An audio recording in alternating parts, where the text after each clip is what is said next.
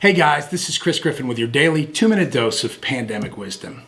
You know, during this pandemic, we've seen a lot of firsts. Back in the spring, it was the first company to tell employees that it was okay to work from home.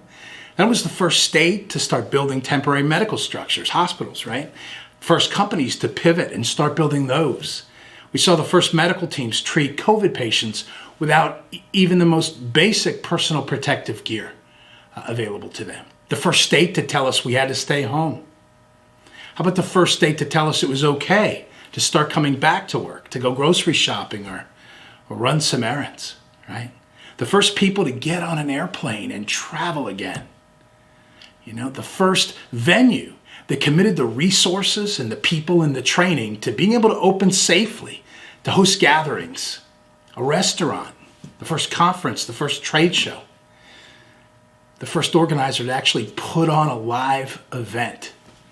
You know, it takes a lot of courage to be the first domino, right? That first one to knock down that long, beautiful, winding line of dominoes that took so long to build, that brings so much joy to so many people. And the first one to stand up and begin creating all over again. And that's where we are right now. You know, the hard part is over. All the firsts. So how about this? Have the courage to be the next.